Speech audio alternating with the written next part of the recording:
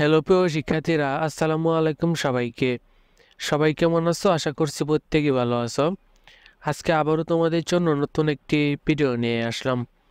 আজকের ভিডিওতে আমি আলোচনা করব এইচএসসি পরীক্ষা 2024 সকলের জন্য রয়েছে রেজাল্টের আগে 3টি সুখবর।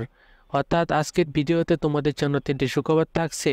আজকের ভিডিওটি কেউ মিস করবে না, সবাই সম্পূর্ণ দেখো, তাহলে আশা করছি তোমরা অনেকটাই খুশি হবে, তোমাদের কাছে ভালো লাগবে। ভিডিওটা শুরু করব তার আগে তোমাদের কাছে রিকোয়েস্ট, তোমরা যারা এই চ্যানেলটাতে একদমই নতুন রয়েছে, চ্যানেলটাকে সাবস্ক্রাইব করোনি, তারা এখনই চ্যানেলটাকে সাবস্ক্রাইব করে নোটিফিকেশন বেলে ক্লিক করে দাও। আর যারা আগে থেকেই চ্যানেলটাকে সাবস্ক্রাইব করে রাখছো তাদেরকে অনেক অনেক ধন্যবাদ। তো চলো আজকের ভিডিওর মূল আলোচনায় যাওয়া যাক।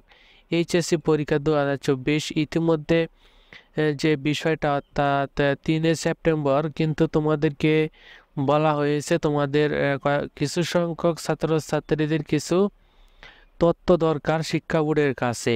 তাই আমি তোমাদেরকে বলেছিলাম কার কার তথ্য প্রয়োজন এটা তো বলা যাবে না শিওর করে, তবে তোমরা প্রত্যেকটা ছাত্রছাত্রী স্যারদের সাথে কথা বলতে যে তোমার কাগজপাতি বোর্ডে প্রয়োজন কিনা, কথা বলে তারপরে তোমার প্রয়োজনীয় তথ্যগুলো দেওয়ার জন্য। তো বিশেষ করে তোমাদের প্রথম 1 নম্বরে যে সুখবর সেটা হলো যে তোমরা তো জানো যে তোমাদের পরীক্ষা বাতিল করা হয়েছে, কিন্তু প্রথম দিক দিয়ে যে পরীক্ষাগুলো হয়েছে সেগুলো কিন্তু তো তোমাদেরকে মূল্যায়ন করবে, অর্থাৎ সেগুলোতে ফেল করলে ফেল, পাশ করলে পাস।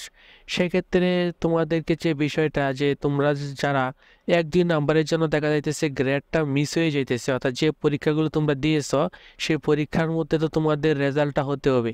সেক্ষেত্রে সেই পরীক্ষাগুলোর খাতা দেখার সময় স্যাররা যখন দেখতেছে যে কোনো ছাত্র কোনো কারণে 1-2 নম্বরের জন্য গ্রেড মিস হয়ে যাচ্ছে, তাদেরকে কিন্তু সেই গ্রেডটা দিয়ে দেওয়া হচ্ছে, যেন তার 4 পয়েন্ট বা 3 পয়েন্টটা যেন 1-2 নম্বরের জন্য মিস না হয়ে যায়।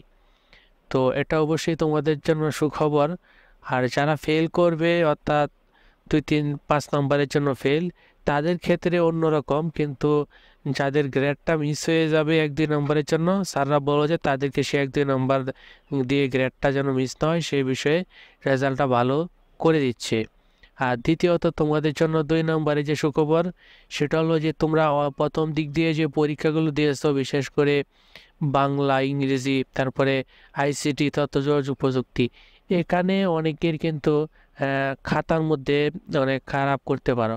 সেক্ষেত্রে কিছু সংখ্যক ছাত্রছাত্রীদেরকে সুযোগ দিবে কীরকম, তুমি যদি খাতায় কম পাও বা নবীতিকে অনেক বেশি পাও, সেক্ষেত্রে তোমাদের জন্য একটা সুযোগ রয়েছে, তোমাদেরকে খাতা নবীতিক মিলে পাস দিতে পারে। সেক্ষেত্রে অবশ্যই নবীতিকে বেশি নাম্বার থাকতে হবে, এটা অবশ্যই রেজাল্টের বিষয়ে আপডেট। আর তৃতীয়ত হচ্ছে তোমাদের এবারে এ প্লাস, অর্থাৎ এ প্লাসের সংখ্যাটা অনেকটাই কিন্তু বাড়তে পারে। তোমরা অনেকেই ভাবতে পারো যে তোমাদেরকে সকলের রেজাল্ট একই রকম হবে কিনা, সেক্ষেত্রে আমি বলবো না। তোমাদের মধ্যে অনেকের এ প্লাস থাকবে, অনেকের 4 পয়েন্ট থাকবে, 3 পয়েন্ট থাকবে, 2 পয়েন্ট থাকবে, 1 পয়েন্ট থাকবে। যেহেতু তোমরা প্রথম দিক দিয়ে প্রায় 4টি সাবজেক্টের পরীক্ষা দিয়েছো, সম্ভবত 8টা পরীক্ষা হয়েছে, সেক্ষেত্রে এই পরীক্ষা এবং যে এসএসসি পরীক্ষা সে এবং বিভিন্ন ডকুমেন্ট অনুযায়ী করোনাকালীন সময়ে যেভাবে সাবজেক্ট ম্যাপিং করে রেজাল্ট তৈরি করা হয়েছে, ঠিক এভাবেই তোমাদের পয়েন্টটা থাকবে। তো এই ছিল আজকের ভিডিও। ভালো লাগলে অবশ্যই একটা লাইক দিয়ে দিও এবং চ্যানেলে নতুন হয়ে থাকলে চ্যানেলটিকে সাবস্ক্রাইব করে রাখো। ধন্যবাদ সবাইকে।